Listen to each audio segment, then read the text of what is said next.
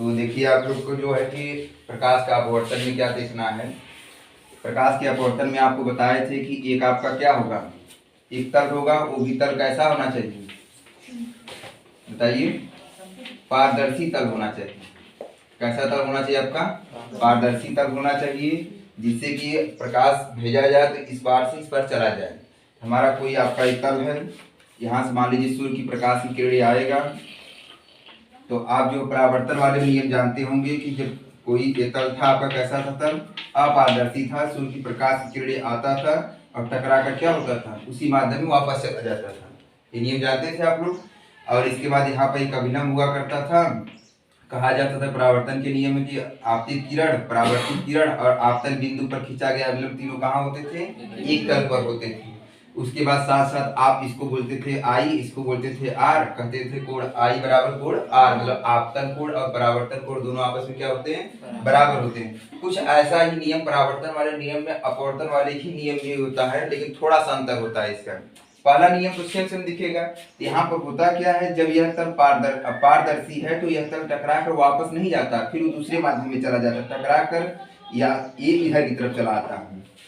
कहा जाता है जब भी कोई प्रकाश की किरणें किसी तल से टकरा कर क्या होता है, दूसरे माध्यम में जाता है, तो अपने मार्ग से क्या होता है, विचलित हो जाता है, अपने सीधा मार्ग से नहीं जाता है, या तो इधर की तरफ झुक जाएगा या तो इधर की तरफ झुक जाएगा, अपने मार्ग से क्या हो जाता है, विचलित हो जाता है। यही घटना को हम लोग क्या नाम देते हैं, प्रकाश का अपवर्तन नाम दिया जाता है।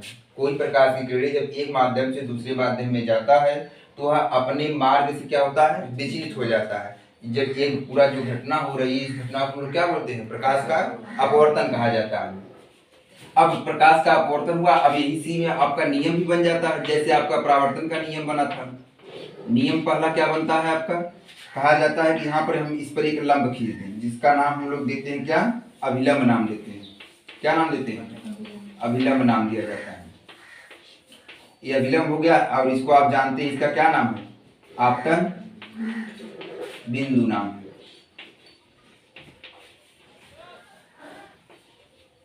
आपतन बिंदु हो गया। और आने वाले किरणों को आप लोग जानते हैं, इसका नाम क्या रखते हैं, आपतित किरण। क्या नाम रखा जाता है, आपतित किरण।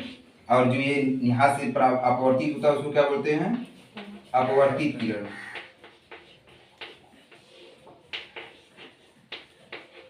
ठीक। और इसके बाद जैसे यहाँ पर कोण आई बन रहा था, कोण आर बन रहा था ना अभिलंब से, उसी तरह यहाँ पर भी बनेगा। यहाँ पर बनेगा क्या, आपका आई बनेगा, और यहाँ पर क्या बनेगा, आर बनेगा। इसको हम लोग इस कोण का नाम क्या रखेंगे, आपतन कोण रखा जाएगा। और इसका क्या नाम रखा जाएगा, अपवर्तन कोण रखा जाएगा। यही है जी। तो यहाँ पर देखिए, यह पहला नियम क्या कहता है कि आपतित किरण और अपवर्तित किरण आपतन बिंदु पर खींचा गया अभिलंब तीनों क्या होते हैं, आपके एक ही तल पे होते हैं। पहला नियम बन गया आपका। पहला नियम तो सेम रहता है। दूसरा नियम इसमें आप यहाँ पर देखिए, कोण आई जो होता है यहाँ पर कोण आर के बराबर होता है परावर्तन वाले में, लेकिन अपवर्तन वाले में कुछ अलग होता है। कहा जाता है कि आपतन कोण की ज्या, आपतन कोण की ज्या और अपवर्तन कोण की ज्या का अनुपात क्या होता है, नियत होता है। यही नियम है आपका दूसरा नियम, कि आपतन कोण की ज्या, ज्या मतलब साइन को कहा जाता है, और अपवर्तन कोण की ज्या बराबर क्या होता है, एक नियत होता है। अब बात रही कि माध्यम, ये फर्स्ट माध्यम है और क्या है, सेकंड माध्यम है। मतलब दो मीडियम है ना, फर्स्ट मीडियम से प्रकाश किरण एक माध्यम से प्रकाश किरण निकल कर दूसरे माध्यम में जा रहा है। तो यहाँ पर कहा जाएगा पहला माध्यम हो गया, कौन सा माध्यम हो गया, दूसरा माध्यम हो गया। पहला और दूसरा माध्यम की वजह से हम लोग कह देते हैं कि किस माध्यम, पहले माध्यम से दूसरे माध्यम में जा रहे थे, यहाँ पर लिखेंगे 1 n 2, मतलब कहेंगे 1 के सापेक्ष दूसरे में जा रहा है। मेरे बात को ना, 1 n 2 का मतलब हुआ कि पहले से दूसरे में जा रहा है। यहाँ पर हम लोग नाम फिर दूसरा इसका नाम देते हैं, कहते हैं अपवर्तनांक है। क्या नाम पड़ेगा इसका, अपवर्तनांक। कैसे बोलेंगे, पहले माध्यम के सापेक्ष दूसरे माध्यम का अपवर्तनांक, ऐसे बोला जाएगा। मेरे बात को ना, ये आपका कोसाइन आई बटे साइन आर, इसी को हम लोग नाम देते हैं। एक वैज्ञानिक थे, इसको स्नेल का नियम कहते हैं, उन्होंने ही इसको खोजा था, स्नेल का नियम। ठीक। इसके आगे जो है कि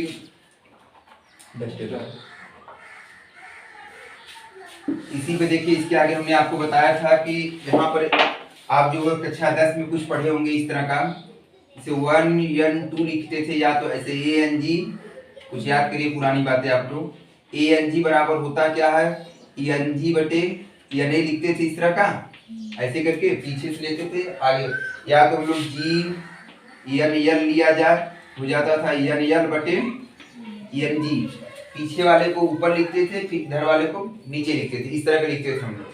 इसी तरह मान लीजिए 1n2 इस तरह का है तो हम लोग क्या लिखेंगे, n2 बटे n1 लिखेंगे, इस तरह लिखेंगे ना, n2 बटे क्या हो जाएगा आपका n1 हो जाएगा। तो देखिए यहाँ पर हम इसी को 1n2 को क्या लिख सकते हैं, बताइए, हो जाएगा साइन I बटे साइन R बराबर n2 बटे n1 लिख सकते हैं, 1n2 क्या लिख सकते हैं, n2 बटे n1 लिख सकते हैं ना। अब देखिए, अब मान लीजिए हम इसको तिरिया गुणा करके सूत्र बना सकते हैं आसानी से, n1 का गुणा यहाँ हो जाएगा, साइन R का गुणा यहाँ हो जाएगा आपका n1 साइन I बराबर n2 साइन R। कहीं कहीं आपको इस तरह का भी रूप देखे तो आप घबराइएगा मत कि कोई दूसरा है, ये भी कौन सा नियम है, स्नेल का नियम ही है, मेरे बात करो, बस इसे क्या किया है, ट्रांसफर कर दिया, इस रूप में बना दिया है, n1 साइन I बराबर n2 साइन R हो जाएगा आपका, मेरे बात को ना। अब याद रखने वाली बात हुई कि ये I है, I के साथ पहला माध्यम है, पहले वाले के साथ हो जाएगा n1 और I वाला साथ, ठीक। अभी दूसरा माध्यम है, दूसरे माध्यम में कौन रहता है, R रहता है, तो दूसरे माध्यम के साथ आपका देखिए n2 साइन R हो जाएगा, साइन साइन दोनों तरफ रहेगा आपका, ये बन गया। फिर हमने और आपको जो है कि क्या बताया था जी, ये तो मान लीजिए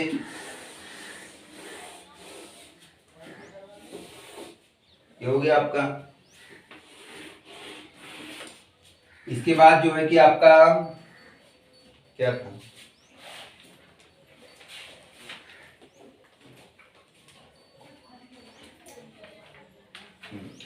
बताए थे कि सघन माध्यम और विरल माध्यम होगा, यही ना।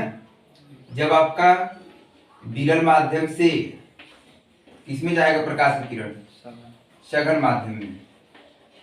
जैसे यहाँ पर माध्यम बोल रहे थे, तो माध्यम का मतलब दो माध्यम होगा, पहला माध्यम दूसरा माध्यम, एक हो सकता है सघन हो, एक हो सकता है विरल हो। अब सघन में जैसे मैं मान लेता हूँ यहाँ पर पहला माध्यम में कौन है, विरल माध्यम हो गया, ये कौन सा हो गया आपका, सघन माध्यम हो गया आपका, ठीक। तो विरल का मतलब समझ रहे हैं ना, यहाँ पर कण जो होंगे माध्यम का दूर दूर होंगे, और सघन का मतलब कि बहुत नजदीक नजदीक होंगे। तो यहाँ पर जब विरल माध्यम से प्रकाश की किरणें सघन माध्यम में जाता है तो क्या होता है, अभिलंब, प्रकाश की अपवर्तित होकर किरण के इधर भी झुकता है, अभिलंब की ओर झुक जाता है, अभिलंब की ओर क्या होता है, झुकता है। जब आपका विरल माध्यम से सघन माध्यम की ओर जाता है तो क्या होता है, बताइए सूरज जी, क्या होता है इसमें। जब आपका विरल माध्यम से सघन माध्यम की प्रकाश किरण जाती है तो अपवर्तित किरण जो है अभिलंब की तरफ झुकती है कि अभिलंब से दूर भागती है, बताइए।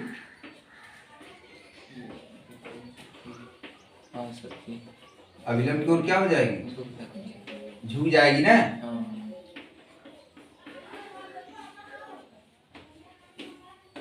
और दूसरा कंडीशन क्या हो सकता है आपका, जब अब मान लीजिए ये माध्यम सघन हो जाए, ये माध्यम विरल हो जाए, क्योंकि जब विरल हो जाएगा तो अभिलंब से क्या हो जाएगा, दूर भाग जाएगा आपका। यहाँ पर जब आपका सघन माध्यम से किसमें जाए, विरल माध्यम में प्रकाश की किरणें जाए आपका, तो क्या होगा आपका, अभिलंब से दूर चला जाएगा।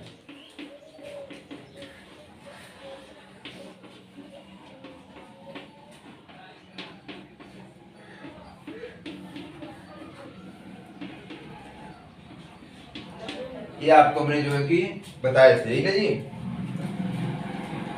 चलिए बैठिए। जब आपका विरल माध्यम से सघन माध्यम में जब प्रकाश की किरणें जाता है तो स्टैंड मत गिराओ यार, बोलिए मत, छुइए मत उसे। विरल माध्यम से सघन माध्यम प्रकाश की किरणें जाता है, साहिल जी हाँ सर जी, बताइए अभिलंब की ओर झुकता है, क्या होता है, सही झुकता है। कहाँ देख कर नहीं बताना आपको, हाँ सर जी, बिना देखे बताना है। अच्छा देखिए आप किताब का कॉपी में क्या लिखे हैं, सघन माध्यम से विरल माध्यम की ओर जाता है, तो रितेश जी बताइए क्या होता है आपका, पता है, भूल गए सब, चलिए ठीक सुतला नाही सरी एकाग्र के लिए स्टैंडर्ड दे दीजिएगा वही दे दो स्टैंडर्ड स्टैंड क्या करेंगे? दे दीजिएगा वीडियो बनाएंगे स्टैंड से वो वाला स्टैंड वीडियो बनाने वाला नहीं है। कभी खत्म है इतना बात हम मत छुइए, काहे छू रहे हैं? नाही सरी येईल गला हो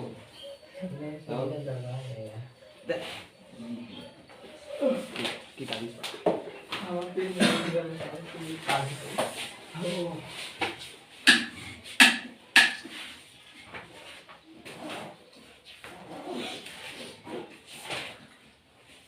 कल्याण का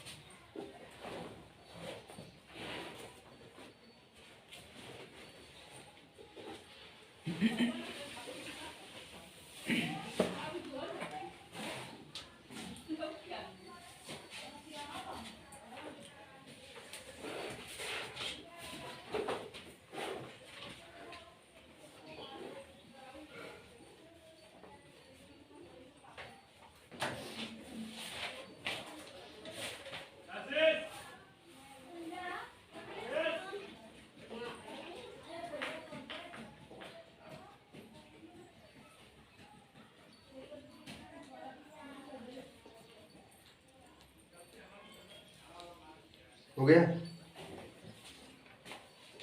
इतना बात तो हम बता चुके थे आप लोगों को।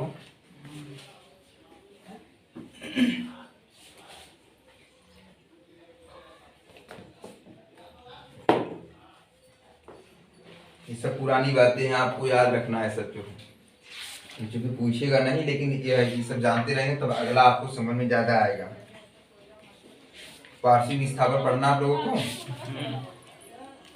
पता नहीं कल ही देखे हाँ पढ़ा कैसे जो सिलेबस में होगा उसी को बताइएगा। एक रे बार डायरेक्ट से कुल मतलब मत कटाला स्कैटरिंग का मतलब प्रकीर्णन में रिफ्लेक्शन भी खत्म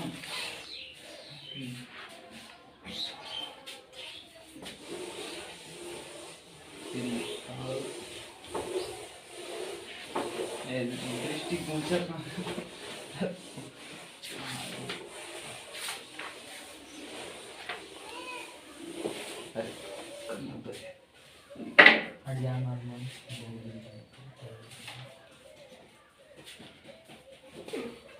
अब जान दीजिए पारसी विस्थापन।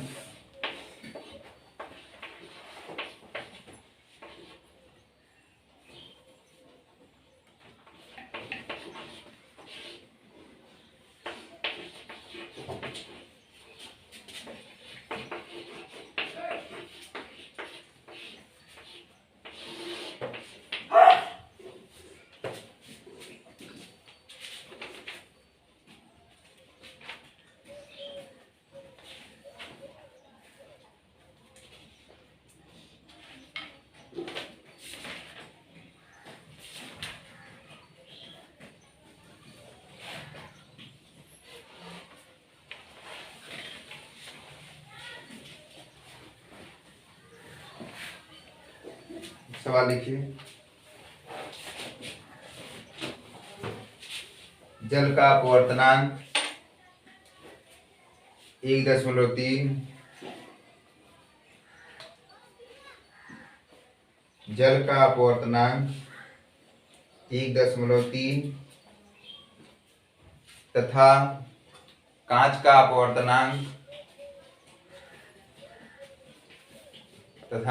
अपवर्तनांक 1.5 है। यदि जल में प्रकाश की चाल जल में प्रकाश की चाल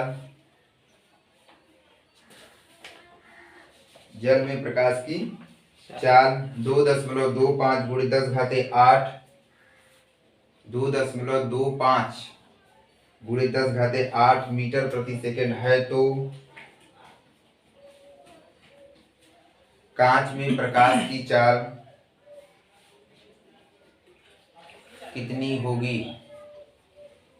ये सूत्र थोड़ा ही बताए थे इस तरह का 1n2 बराबर ANG बराबर क्या था आपका C/V।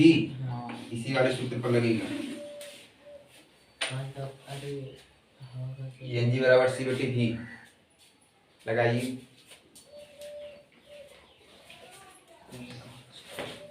लेकिन भी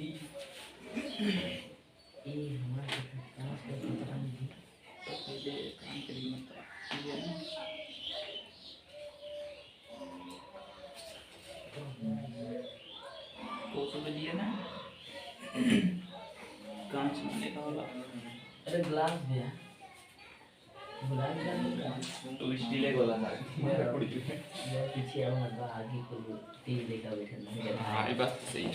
चल उधर एकदम के पीछे बैठा तेज है।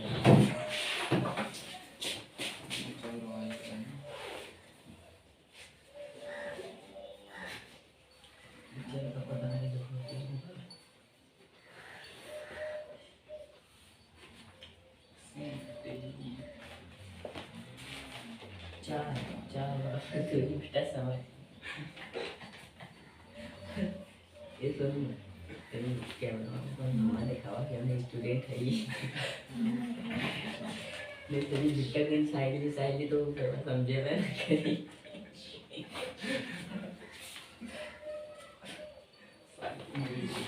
अपना जो स्टैंड चोरी हुई बस लिखो राती में नहीं हो सके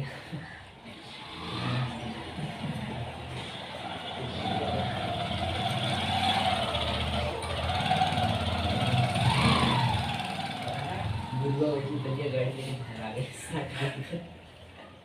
लेकिन उसका मतलब किधर घूम दे।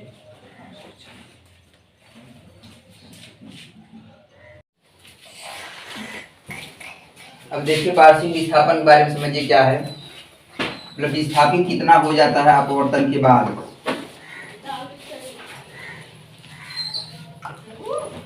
ये समझिए हमारा कोई एक कांच का गुटका होगा या कोई जो है कि माध्यम है, ठीक, एक कांच का होगा या किसी का मान लीजिए एक प्रकार से किसी पास में जल भरा हो, एक माध्यम हो गया। ये आपका माध्यम कौन है, पहला माध्यम, और ये माध्यम कौन हो जाएगा, दूसरा माध्यम हो जाएगा, ठीक। अच्छा ये बताइए जब प्रकाश किरण इसमें से इसमें जाएगा फिर इसमें से इसमें जाएगा तो इधर वाला माध्यम और इधर वाला माध्यम क्या है, एक ही समान है आपका, क्योंकि इधर मान लीजिए मैं मान लेता हूँ हवा होगा, यहाँ क्या होगा, हवा होगा, चले जाओ, यहाँ भी क्या होगा आपका, हवा है आपका। तो यहाँ पर ये हवा हो गया, ये हवा बीच में मान लीजिए कांच होगा, कुछ भी मान लीजिएगा आप जो है दूसरा माध्यम कांच पानी कुछ भी मान लीजिए। तो आप जानते हैं कि आपका नियम क्या था अपवर्तन वाले में कि कोई भी प्रकाश किरण आता है तो अपवर्तित होकर वो अपने मार्ग से क्या हो जाता है, विचलित हो जाता है, या इधर की तरफ चला जाता है या तो इधर की तरफ चला जाता है। इसका मतलब अपने जो है कि जो रियल इसका मार्ग होता है सीधा जाने के लिए वो सीधा क्या होता है, नहीं जाता है, सीधा जो जाना चाहिए इसको जो है वो सीधा न जाकर क्या होता है, या तो अभिलंब की तरफ झुक जाता है या अभिलंब से दूर चला जाता है, दोनों में से एक ही होता है आपका। यहाँ पर भी देखिए कुछ ऐसा ही होगा, देखिए प्रकाश की किरण आया आपका, ठीक, यहाँ से टकराएगा, टकराने के बाद जो है क्या होगा आपका अभिलंब तरफ झुकेगा, कांच लिए तो क्या होगा अभिलंब तरफ झुकना चाहिए, इसको विरल माध्यम से जा रहा है तो यहाँ पर अभिलंब बना दे रहे हैं, जो अभिलंब तरफ क्या हो गया, झुक गया।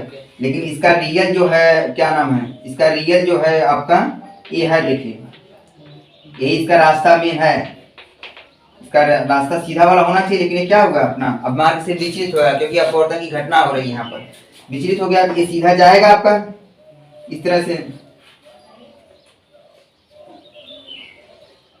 यहाँ जाएगा, यहाँ पर टकराएगा आपका। अब ये क्या होगा, ये अभिलंब हो गया, समझिए यहाँ पर इसका अभिलंब ये होगा ना जी, यहाँ पर आकर टकरा कर जिसे कांच लिए हैं तो यहाँ पर जाएगा टकराएगा, फिर यहाँ भी निकल जाएगा, निर्गत हो जाएगा आपका। अब ये अभिलंब से क्या हो जाएगा आपका, दूर चला जाएगा, अभिलंब से क्या हो जाएगा, दूर चला जाएगा आपका, ये अभिलंब से दूर चला गया। ये देखिए ये वाला कोड आपका यहाँ और ये वाला कोड यहाँ पर और यहाँ पर कोड बना है, इसको हम लोग आई मानते हैं, इसको क्या मानते हैं, आर मानते हैं। और बात रही अब इसका क्या नाम रखा जाए और इसका क्या नाम रखा जाए, देखिए ध्यान दीजिए। जो मार्ग मार्ग से अपने जाना था, लेकिन अपने मार्ग से क्या हो गया, विचलित हो गया और विचलित होकर यहाँ चला गया। जो इसका यहाँ से लेकर यहाँ तक की जो दूरी आ रही है, यहाँ से यहाँ तक जो मार्ग से क्या हो रहा है, अपना विस्थापित हो रहा है ना, मतलब इसको रियल में प्रकाश किरण को यहाँ जाना था, लेकिन उन्होंने क्या किया, यहाँ से आया फिर ऐसे प्रकाश के कितना विचलित हुआ ना, ये जो इतना विचलित हो रहा है इसी को हम लोग कहते हैं क्या, पार्श्विक विस्थापन। इसी का क्या नाम पड़ता है, पार्श्विक विस्थापन। पार्श्विक विस्थापन हम लोग किसको कहेंगे, जो अब इसका मार्ग था सीधा जाने के लिए, वो अपने मार्ग से क्या हुआ, विचलित हुआ। कितना विचलित हुआ, इतना देखे जा रहा है, मतलब कि यहाँ दूर हट जा रहा है अपने मार्ग से, जो यह हट रहा है उसी को हम लोग क्या बोलते हैं, पार्श्विक विस्थापन बोला जाता है। पार्श्विक विस्थापन हम लोग किससे डिनोट करेंगे, तो डी से डिनोट, डिस्प्लेसमेंट को डी से डिनोट करेंगे। यहाँ पर इसका क्या नाम रखेंगे, डी रखेंगे। इतना बात समझ में आया, इसको हम लोग डी नाम रखेंगे। इतना भी अब इसका मान हम लोग ज्ञान करेंगे कितना पार्श्विक विस्थापन आएगा। तो आप देखिए थोड़ा सा सूत्र को ध्यान रखिए, गणित का कुछ, जैसे आप दो क्रॉस करते हैं, यहाँ पर कहा जाता है शीर्षाभिमुख कोण जो दोनों आपस में क्या होते हैं, बराबर होते हैं। और एक आप ये भी जानते हैं, जैसे मान लीजिए कोई एक त्रिभुज बना लिया जाए, एक त्रिभुज बना दिए, जैसे ए हो गया, बी हो गया और सी हो गया, यह कोण कितना अंश का है, 90 अंश का होगा। हम मान लीजिए आपसे कहेंगे साइन थीटा का मान ज्ञात करिए, तो आप 90 अंश मान लीजिए थीटा लिख दिए यहाँ पर, तो आप जानते हैं थीटा के सामने वाला क्या हो गया आपका, लंब हो गया, ये क्या हो गया आपका, कर्ण हो गया, और ये क्या हो गया आपका, आधार हो गया। आप जानते हैं साइन थीटा बराबर क्या होता है, लंब बटे कर्ण होता है आपका। तो लंब कौन है यहाँ पर, ए बी हो जाएगा, ए बी बटे नहीं, इधर से लंब का मान ए बी हो जाएगा और कर्ण का मान क्या हो जाएगा आपका, ए सी हो जाएगा। इस तरह का, जैसे मान लीजिए आपको cos थीटा ज्ञात करना होगा, क्या करेंगे, cos थीटा बराबर क्या होता है, याद है, भूल गए सब 10 वाला, क्या होगा, नहीं, आधार बटे कर्ण होता है। क्या होता है आपका, छोटी छोटी बात देखिए भाई, याद रखिए, छोटा छोटा भूल जाएंगे फिर मामला बिगड़ जाएगा सब। cos थीटा बराबर आधार बटे क्या होता है, कर्ण। आधार कितना है यहाँ पर बताइए, CD, कर्ण कितना है, AC। ये आपका प्रयोग किया जाएगा, समझ में बात को ना। अच्छा ये बताइए, मान लेता हूं मैं यहाँ पर इसका मान रख दिए क्या, इसका मान रख दीजिए 60 है, ठीक। और यहाँ पर जो है कि मैं इसका मान, जिससे मान लीजिए ये क्रॉस किए हैं, तो इसका मान पूरा जो होगा ये भी 60 होगा और ये भी 60 होगा। मान लीजिए हम कह देते हैं ये 20 अंश है, तो आप कहिए कितना बचेगा, तो क्या किए आप, जो घटा दे, किसको, इसको इसमें से घटा दिए, क्योंकि आप जानते हैं पूरे का मान ये भी क्या है 60 है। जब छोटे वाले का मान 20 हो गया, तो अब 60 में से क्या किए हैं आप, 20 को घटा दिए, कितना आ गया, 40 आ गया। मैं मान लेता हूँ यहाँ पर 60 न रख कर कह देता हूँ कि इसका मान क्या है, आई है, और इसका मान क्या होगा, आर होगा। जब आपसे हम ये इसका मान पूछेंगे कि कहेंगे चलिए यह थीटा है, थीटा का मान क्या हो सकता है, तो आप क्या बताएंगे, थीटा बराबर क्या होगा, यहाँ पर आई माइनस क्या करेंगे, आर करेंगे। जैसे यहाँ पर 60 माइनस 20 किए तो 40 आया, थीटा का मान आया ना, इसका मान, उसी तरह थीटा का मान यहाँ पर क्या होगा, इसका मान आई कर दिए, इसका मान आर कर दिए, तो आई माइनस क्या कर देंगे, आज 60 माइनस 20 किए कितना आया, 40 आया ना। तो यही 40 का मान थीटा के रूप में निकाल रहे हैं। जैसे यहाँ पर देखिए, यहाँ पर देखिए शीर्षाभिमुख कोण बनेगा, यहाँ ध्यान दीजिएगा बहुत ध्यान से। शीर्षाभिमुख कोण देखिए, यह वाला और यह वाला लिखा बन रहा, शीर्षाभिमुख का कोण बन रहा है कि नहीं, तो यह वाला टोटल पूरा कितना होगा, ये आई है तो ये भी क्या होगा, ये टोटल आई होगा, होगा कि नहीं होगा। अच्छा जब यह वाला आर हो गया, तो छोटा वाला मान निकालना होगा, क्या करेंगे, क्या होगा, आई माइनस आर न होगा जी, आई माइनस क्या हो जाएगा, यहाँ पर इसका मान हो जाएगा आपका कोण का आई माइनस आर।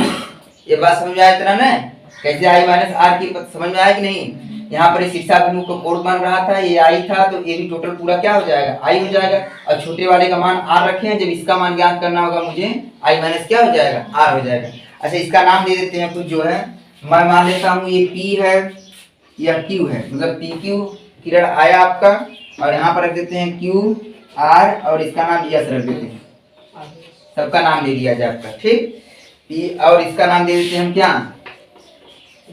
M दे दिए, यहाँ हो गया PQR M और S नाम दे दिए हम लोग। अब देखिए यहाँ ध्यान दीजिएगा थोड़ा सा,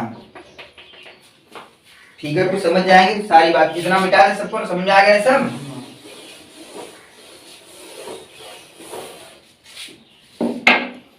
अभी तक हमने क्या किया, एक PQ जो है कि आपतित किरण यहाँ पर डालें, यहाँ से अपवर्तित होकर क्या हुआ, क्यू आर गया, फिर क्यू आर से फिर जो है निर्गत होकर जो कहाँ चला गया, आर एस पे निकल गया। यहाँ पर आप और आपको हम एक बात बताए थे, प्रकाश जो होता है वो कैसा होता है, उत्क्रमणीय होता है। कुछ बातें याद आ रही है? नहीं। प्रकाश कैसा होता है आपका, उत्क्रमणीय होता है। उत्क्रमणीय का मतलब समझिए, वह अपने मार्ग से जैसे मान लीजिए इधर जा रहा है, फिर उसी मार्ग से फिर वही से वापस होता है आपका। जैसे देखिए यहाँ पर कोई मान लीजिए माध्यम ले लिए हम, यहाँ पर कोई माध्यम है, ठीक, यहाँ पर प्रकाश किरण गया, यहाँ मार्ग समझिए विचलित हो जाएगा अपना, यहाँ पर आया, यहाँ से ऐसे निकल गया, ये वाला आपका हो गया। यहाँ देखिए जो कोण यहाँ बनेगा जो है, यहाँ पर भी कोण वही बनेगा आपका। मेरे बात को ना, जो कोण यहाँ पर, क्योंकि मार्ग से अपने विचलित हो जाता है, इसकी वजह से हो रहा है, लेकिन प्रकाश कैसा होता है, उत्क्रमणीय होता है। ये देखिए यहाँ पर जैसे मान लीजिए प्रकाश की किरण जब यहाँ से डालेंगे, मान लीजिए आप यहाँ से डालना स्टार्ट किए, जब प्रकाश किरण यहाँ से डाल रहे थे तो ये मार्ग निकला, यहाँ से निकला ऐसे करके। अब मान लीजिए प्रकाश यहाँ से डाले तो इस तरह ही यही रास्ता अपनाएगा आपका, रास्ता चेंज नहीं होगा। जब रास्ता चेंज नहीं होगा तो इसका मतलब यह वाला कोण और यह वाला कोण दोनों आपस में क्या होंगे, बराबर होंगे। अरे भाई जैसे मान लीजिए प्रकाश की किरण यहाँ से डाले, आप अपवर्तित हुआ, फिर यहाँ से निकल गया, फिर यहाँ से मान लीजिए यहाँ से लाइट लिए थे, यहाँ से डाल रहे थे प्रकाश, अब समझिए कहाँ से प्रकाश डालना स्टार्ट किए, नीचे से प्रकाश डालना स्टार्ट किए, तो आपका मार्ग जो विचलित थोड़ी होगा। यहाँ से प्रकाश डाले यही मार्ग से यहाँ जाएगा, फिर ऐसे निकल जाएगा, आपका मार्ग वही होगा उसका। उत्क्रमणीय का मतलब आप जो रिएक्शन नहीं पढ़े थे इस तरह का, कि यह वाला दोनों लीजिए, इसको बनाइए, फिर इसको लीजिए, यह बन जाता था, उस तरह यह रिवर्सिबिलिटी, इसका प्रकाश रिवर्सिबिलिटी चलता है आपका, इधर से इधर चलता है, फिर आप इधर से प्रकाश डालें तो वही मार्ग से अपना विचलित नहीं होता, मतलब जो मार्ग अपनाया है वही मार्ग में जाएगा। यहाँ पर हम लोग कहते हैं कि प्रकाश कैसा है, उत्क्रमणीय है। तो उसी तरह समझिए, यहाँ पर मैं मान लेता हूँ यह वाला क्या है, और यहाँ ध्यान दीजिए। अब बात रही कि हम इसका मान यहाँ पर कितना है, आर है, अब इसको कैसे रखेंगे, यहाँ ध्यान दीजिए। आप एक जानते हैं नियम क्या, दो समांतर रेखाएं हो, क्या हो, दो समांतर रेखाएं हो, एक तिर्यक रेखा काटती है तो इसके एकांतर कोण आपस में क्या होते हैं, बराबर होते हैं। यहाँ पर देखिए ऐसे दो समांतर रेखाएं हैं, तिर्यक रेखा काट रहे हैं, तो दोनों आपस में क्या होंगे, बराबर होंगे। इसी तरह सेम देखिए यहाँ पर जो ये अभिलंब खींचे हैं, इसका भी अभिलंब जो है ये वाला, ये भी तो अभिलंब है, दोनों कैसे होंगे, आपस में समांतर होंगे। जब दोनों आपस में यह रेखाएं दोनों समांतर होंगे तो यह वाला आर जो बन रहा है एकांतर कोण, यह वाला आर इसके बराबर होगा कि नहीं होगा, बताइए भाई। इसे देखिए यहाँ पर हम इसको आर मान ले रहे हैं, यहाँ पर इसको देखिए आर मान लिए, तो एकांतर कोण से ये भी क्या होगा, आर ही तो होगा, ये आर बराबर क्या हो जाएगा, आर हो जाएगा। यहाँ पर इसको मैं मान लेता हूँ आर जो किसके बराबर होगा, इसके, कैसे होगा पता लगा। यहाँ पर देखिए गणित की फार्मूला आपका कैसे लग रहा है, यहाँ पर क्या लगा, शीर्षाभिमुख कोण वाला नियम लगा। फिर यहाँ पर देखिए कौन सा लग रहा है आपका, समांतर कोण बराबर है, समांतर रेखाएं हैं, तिर्यक रेखा काट रही है, तो एकांतर कोण क्या होंगे, आपस में बराबर होंगे। अब निर्गत किरण को मैं मान लेता हूँ क्या होगा, ई कोण से आपका निर्गत हो रहा है। फिर अभी भी हमने आपको बताया कि कोई प्रकाश की किरण जब अपने प्रकाश जाता है निकलता है तो यहाँ पर वो कैसा होता है, उत्क्रमणीय होता है। जब यह वाला आई होगा तो यह वाला भी क्या होगा, आई होगा। यह 45 अंश होगा तो ये भी कितना होगा, 45 अंश होगा। समझ रहे बात को कि नहीं। जब यह आई होगा तो ये भी आई होगा, 45 होगा तो 45 होगा। तो इसी तरह समझिए ये आई है, इसको मैंने ई माना हो तो ई बराबर क्या लिख सकते हैं हम लोग, आई लिख सकते हैं, क्योंकि भाई निर्गत किरण है, ये आपका निर्गत किरण है, जो कोण बना रहा है, ये आपतित किरण जो है आई बना रहा है, तो यहाँ पर आई जो है ई के बराबर हो जाएगा आपका। समझ रहे बात को कि नहीं। क्योंकि हमने आपको बताया कि प्रकाश का उत्क्रमणीय वाले नियम से ये हो गया आपका जो है कि यह जो एकांतर कोण से आर वाला आर के बराबर हो गया। और उसके बाद जो है कि हमने एक शीर्षाभिमुख कोण वाला बताया था कि जो शीर्षाभिमुख होता है यह वाला इसके बराबर होता है। यहाँ पर आई और आई के बराबर कर दी, फिर इसका छोटे वाले का मान आई माइनस क्या निकालकर आर निकाल दी, छोटे वाले का मान आ गया। मैं मान लेता हूँ इसका मान क्या हो सकता है, यह वाला कोण कितना कोण विचलित हो रहा है, कर देता है थीटा कोण विचलित हो रहा है। विचलित होने के अपने मार्ग से कितना विचलित हो रहा है, थीटा कोण विचलित हो रहा है। अब उसी को हम लोग दूरी के रूप में ले लेते हैं, यहाँ पर उसी का नाम पड़ जाता है क्या, पार्श्विक विस्थापन। पार्श्विक विस्थापन इसी को कहते हैं। मेरे बात को ना फिगर बना लीजिए थोड़ा सा, और उसे इधर उधर करेंगे तो फिर कम समझ पाएंगे। फिगर बनाइए पहले।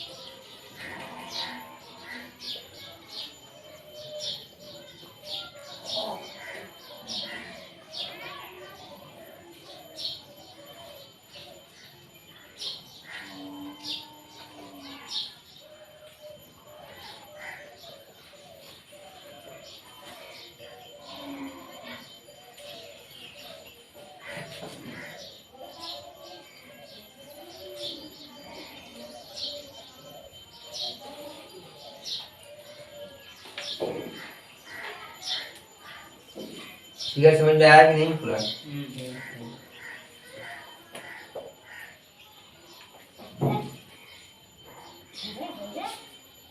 थोड़ा छोटा मोटा आपका जो मैथ का ही हो रहा है इसमें।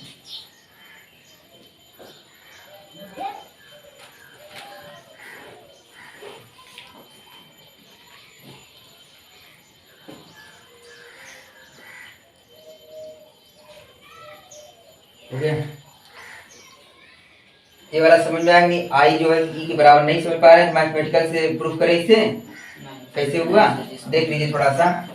यहाँ पर कौन है? हवा है। हवा से कहाँ से जा रहा है? कांच में जा रहा है ना, तो हम लिख सकते हैं क्या? A N G. A N G बराबर ए एन जी क्या हो जाएगा आपको बताइए? सूत्र होता है साइन आई बटे, यही होता है स्नेल का नियम भाई। इस पहले इसको लिखिए, इसको बाद लिखिए, इसको पहले लिखिए, इसको बाद में लिख दिए हम लोग। कहाँ से जा रहा प्रकाश? हवा से। हवा को हम लोग ए लिख रहे हैं, ये मतलब समझ रहे हैं ना, एयर। जी मतलब ग्लास, ग्लास पर कांच हो जाएगा आपका। मेरे बात को ना, ए एन जी हो गया साइन आई बटे क्या हो जाएगा? साइन आर हो गया आपका। इसको समीकरण 1 बना दीजिए। समझ बात आया? जब प्रकाश कहाँ से जा रहा था? इस तरह से जा रहा था। अब मैं मान लेता हूँ प्रकाश कहाँ से जा रहा है हमारा? नीचे से जा रहा है। प्रकाश कहाँ जा रहा है? जब नीचे से जाएगा आपका यह आई जैसे बिहेव करेगा, और ये कौन होगा? ये आर होगा। प्रकाश जब नीचे से जा रहा है तभी तो हवा से कांचे में जा रहा है, तभी किससे जाएगा आपका? हवा से कांचे में जाएगा। तो हम लोग क्या लिखेंगे दूसरा? ए एन जी बराबर क्या होगा बताइए? साइन क्या होगा? ये होगा ना जी। साइन ई बटे क्या हो जाएगा? आर होगा ना।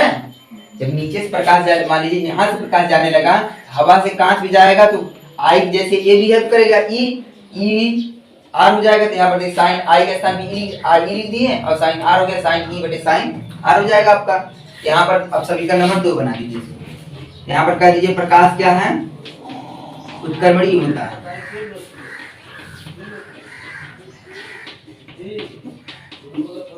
यहाँ देखिए ए एन जी जब दोनों पक्ष बराबर हो तो ये दोनों पक्ष आपका बराबर हो जाएंगे। जब बायां पक्ष किसी बराबर हो किसी का, इसका दायां पक्ष भी क्या हो जाएगा? बराबर हो जाएगा। कह दीजिए समीकरण 1 और 2 से, समीकरण 1 और 2 से यहाँ हो जाएगा आपका क्या? साइन आई बटे साइन आर बराबर क्या हो जाएगा? साइन ई बटे साइन आर। देखिए नीचे वाला साइन आर से कट जाएगा, कट जाएगा नहीं? कट जाएगा आपका। साइन आर से कट, जैसे 2 रहता है, 2 नहीं कटता है, इसी तरह साइन आर से कट जाएगा। बचेगा क्या ऊपर? साइन आई बराबर साइन ई। अब देखिए साइन है, यहाँ पर कोणों की तुलना कर लेंगे, क्या हो जाएगा? आई बराबर क्या हो जाएगा? देखिए दोनों बराबर नहीं हो गया। आपको पहले चिल्ला रहे थे कि ये वाला आई जो है ई के बराबर होगा, तो मैथमेटिकल प्रूफ देखिए आपका हो गया कि जो आई बराबर क्या हो जाएगा? उसको साइन आर जो है उसको कॉमन नहीं ले सकते? कॉमन दोनों है जो साइन आर है, तो एक साइन आर ले सकते नहीं, इसको कट जाएगा। जैसे देखिए आपका x बटे 5 है बराबर, यहाँ पर 2 बटे 5 है, इस तरह का है, 5 नीचे से कट जाता है। नहीं काट रहे हैं तो इसे देखिए बटे में है, यहाँ जाएगा क्या हो जाएगा? गुणे में हो जाएगा, तभी तो 5 ऊपर नीचे कट जाएगा आपका। समझिए बात को कि नहीं? वही मान लीजिए साइन आर इधर चला, साइन आर साइन ऊपर काट दीजिए, नीचे वाला कटा तो काट सकते, ऊपर वाला काट, लेकिन ऊपर नीचे बराबर वो तो नहीं कटेगा आपका। मेरे बात को ना, नीचे है तो साइन है साइन आर से कट जाएगा आपका। ऊपर वाला साइन आई साइन की बचा, तो कोणों की तुलना करें आई बराबर क्या आया? ई आ गया। देखिए यहाँ पर आपका आई बराबर क्या हो गया? ई हो गया। यहाँ पर हम लोग लिख सकते हैं क्या? निर्गत कोण आपतन कोण क्या होता है बताइए? बराबर होता है। मैंने प्रूफ कर दिया आपका। निर्गत कोण जो है आपतन कोण के बराबर होता है। इतना बात में समझ आया कि नहीं आप लोग? अब ध्यान दीजिए। अब हम लोग देखिए यहाँ पर P है, ये Q है, ये क्या है? R है, ये M है। मुझे ज्ञात करना है किसका मान पता है? ये D की लंबाई ज्ञात करना है मुझे। D की लंबाई वो भी किस में लाना है? क्योंकि देखिए D हमें सवाल में नहीं दिया रहेगा, हमें जो है R और I इसमें लाना है। मान लीजिए R थीटा I में लाना है। हमें किसका मान ज्ञात करना है? D का। अच्छा देखिए कुछ आपको नहीं दिख रहा है? ये त्रिभुज जैसा दिख रहा है, कुछ दिख रहा है कि नहीं? त्रिभुज ये आपका क्या हो जाएगा? ये त्रिभुज दिख रहा है, कितना अंश से कोण बन जाएगा? क्योंकि इस पर हम लंब डाल दें तो 90 अंश का हो जाएगा। अच्छा यहाँ पर भी देखिए कुछ त्रिभुज जैसा दिख रहा है, ये अभिलंब है, जब अभिलंब होगा तो इस पर ये लंब होगा ना, ये 90 अंश का होगा, तो इसको मैं मान लेता हूँ यम रख दी, इसका मान क्या रख दें, यन कर देते हैं। ठीक, मुझे किसका मान ज्ञात करना है, डी का। अच्छा, जो ये गुटका लिए हैं इसका मोटाई कितना मान लें, कुछ मान लीजिए, जब मोटाई, इसका मोटाई कुछ मान लीजिए ना भाई, क्या मान ले बताइए, जो माने कुछ मान सकते हैं, लेकिन यहाँ पर आप टी मान लीजिए। ठीक, इसकी मोटाई कितना ली है कांच की, टी, मतलब और पतला होगा तो विचलन और कम हो सकता है, जिससे पतला होगा तो विचलन जो ज्यादा दिख रहा है ना, विस्थापन जो ज्यादा दिख रहा है वो कम दिखेगा। मेरी बात हुई कि नहीं, जब मोटा होगा तो इस तरह आपको दिखेगा। यहाँ ध्यान दीजिए, इसको मैं इसकी मोटाई क्या मान ली, टी मान ली। अच्छा, टी जो लंबाई है, कितना टी लंबाई वो क्यू एम के बराबर होगा। जैसे देखिए मोटाई टी ली है तो जो Q1 होगा यहाँ से यहाँ तक वही तो टी होगा, बोलिए वही ना टी होगा आपका। यहाँ पर देखिए थोड़ा समझिएगा, मैं त्रिभुज कौन सा लेने जा रहा हूँ, त्रिभुज क्यू आर एम त्रिभुज ले लिए हैं, क्यू आर एम त्रिभुज लिए हैं, दिखाई दे रहा कि नहीं, क्यू आर एम त्रिभुज, ये वाला त्रिभुज दिखाई दिया। मैं इसको थीटा माना हूं, तो साइन थीटा बराबर क्या हो जाएगा, थीटा के सामने वाला हमेशा क्या होता है, लंब होता है, तो ये लंब होगा, इसका नाम क्या है, आर्यम। तो ये आपका साइन थीटा बराबर क्या हो जाएगा, आर्यम बटे क्या हो जाएगा, कर्ण, कर्ण कौन है यहाँ पर, क्यू आर होगा, यहाँ पर बटे क्यू आर कर लीजिए आप, हो जाएगी नहीं, साइन थीटा बराबर आर्यम बटे क्यू आर। यहाँ पर अच्छा बताइए आरएम का मान कितना है, हमने माना है आरएम बराबर डी माना है, तो यहाँ पर आरएम का मान डी रख दीजिए बटे क्यूआर का मान पता है, क्यूआर का मान मुझे पता नहीं, क्यूआर का मान ज्ञात करना पड़ेगा। चलिए क्यूआर का मान ज्ञात करते हैं, साइन थीटा। अच्छा, थीटा के स्थान में आप कुछ रख सकते हैं क्या, थीटा के स्थान में हमने माना था क्या, बताइए निकाले थे अनुमान जो है आई माइनस आर, यहाँ पर रख सकते हैं आई माइनस आर। ये पहला समीकरण, ये 2 हो गया, 3 बना दीजिए इसको। अब देखिए मुझे किसका मान ज्ञात करना है, क्यू आर का मान ज्ञात करना है। तो क्यू आर का मान ज्ञात करने के लिए देखिए त्रिभुज ये बन रहा है, देखिए आ रहा है क्यू आर इसी में, यहाँ पर हम यह त्रिभुज लेंगे, इस त्रिभुज का नाम क्या पड़ेगा बताइए, त्रिभुज क्यू एन क्या होगा, आर होगा ना जी। ये वाले त्रिभुज में देखिए क्या होगा, हमें किसका मान ज्ञात करना है, ध्यान देना, ये किसका मान ज्ञात करना मुझे बताइए, कर्ण का मान ज्ञात करना है, कर्ण है, मेरी बात को ना, ये कर्ण हुआ आपका जो है कि ये लंब हो गया, ये क्या होगा आपका, ये आर ले लीजिए, ये वाला आर होगा ना, ये कोण होगा, ये वाला लंब हो जाएगा, आर सामने वाला क्या होगा, ये लंब हो जाएगा, ये क्या हो जाएगा, आधार हो जाएगा। लेकिन देखिए आधार का मान हमें पता है टी, हमें किसका मान ज्ञात करना है, कर्ण का मान, लेकिन लंब का मान नहीं पता, तो लंब वाला हम नहीं लेंगे, किसको लेंगे, आधार और किसको लेंगे, कर्ण को लेंगे। जब आधार और कर्ण लेंगे तो आप जानते हैं आधार कर्ण किसको कहते हैं हम लोग, आधार बटे कर्ण को कास कहते हैं ना जी। कास थीटा बराबर क्या होगा, आधार बटे कर्ण होता है, आधार कितना है यहाँ पर बताइए, क्यू एन होगा आपका, और बटे आधा कर्ण कितना होगा, क्यू आर हो जाएगा, क्या हो जाएगा आपका क्यू आर। तो कास थीटा, तो थीटा का मान यहाँ पर हमने क्या माना है, आर, यहाँ पर आर ले लीजिए पहले से।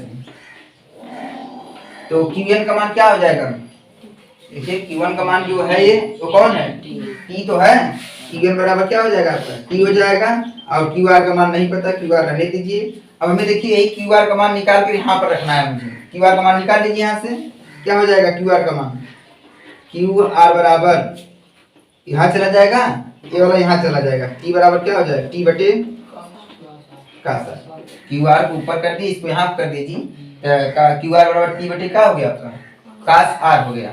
यहाँ पर समीकरण नंबर क्या बना दीजिए, 4, नोट करिए इसको। इतना समझ में आया कि नहीं, सब सूत्र लग रहे हैं, थोड़ा सा समझिएगा इसको जो है।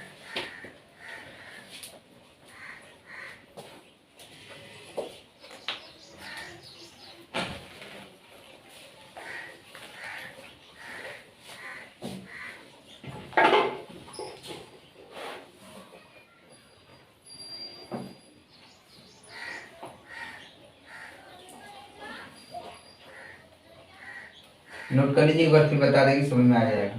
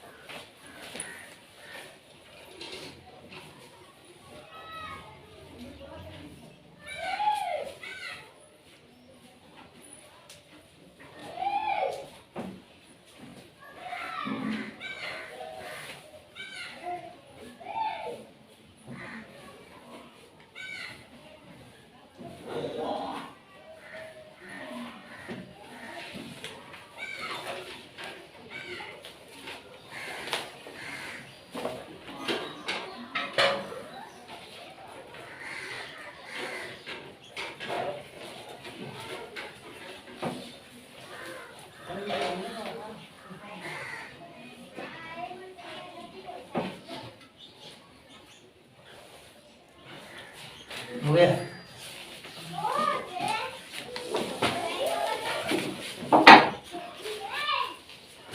यहाँ इतने, यहाँ देख समझ गए ना। अब देखिए समीकरण 3 ले रहे हैं यहाँ पर,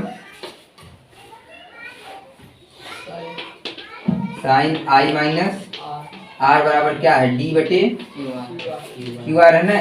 क्यू आर को यहाँ कर दीजिए, हो जाएगा डी, सीधा लिख दीजिए। क्यू आर को यहाँ कर दीजिए, डी बराबर क्या हो जाएगा, Q R sine I minus R, इतना हो जाएगा। अब जो है कि क्यू आर का मान उठा कर ले जाकर यहाँ पर रख दीजिए। जो समीकरण 4 से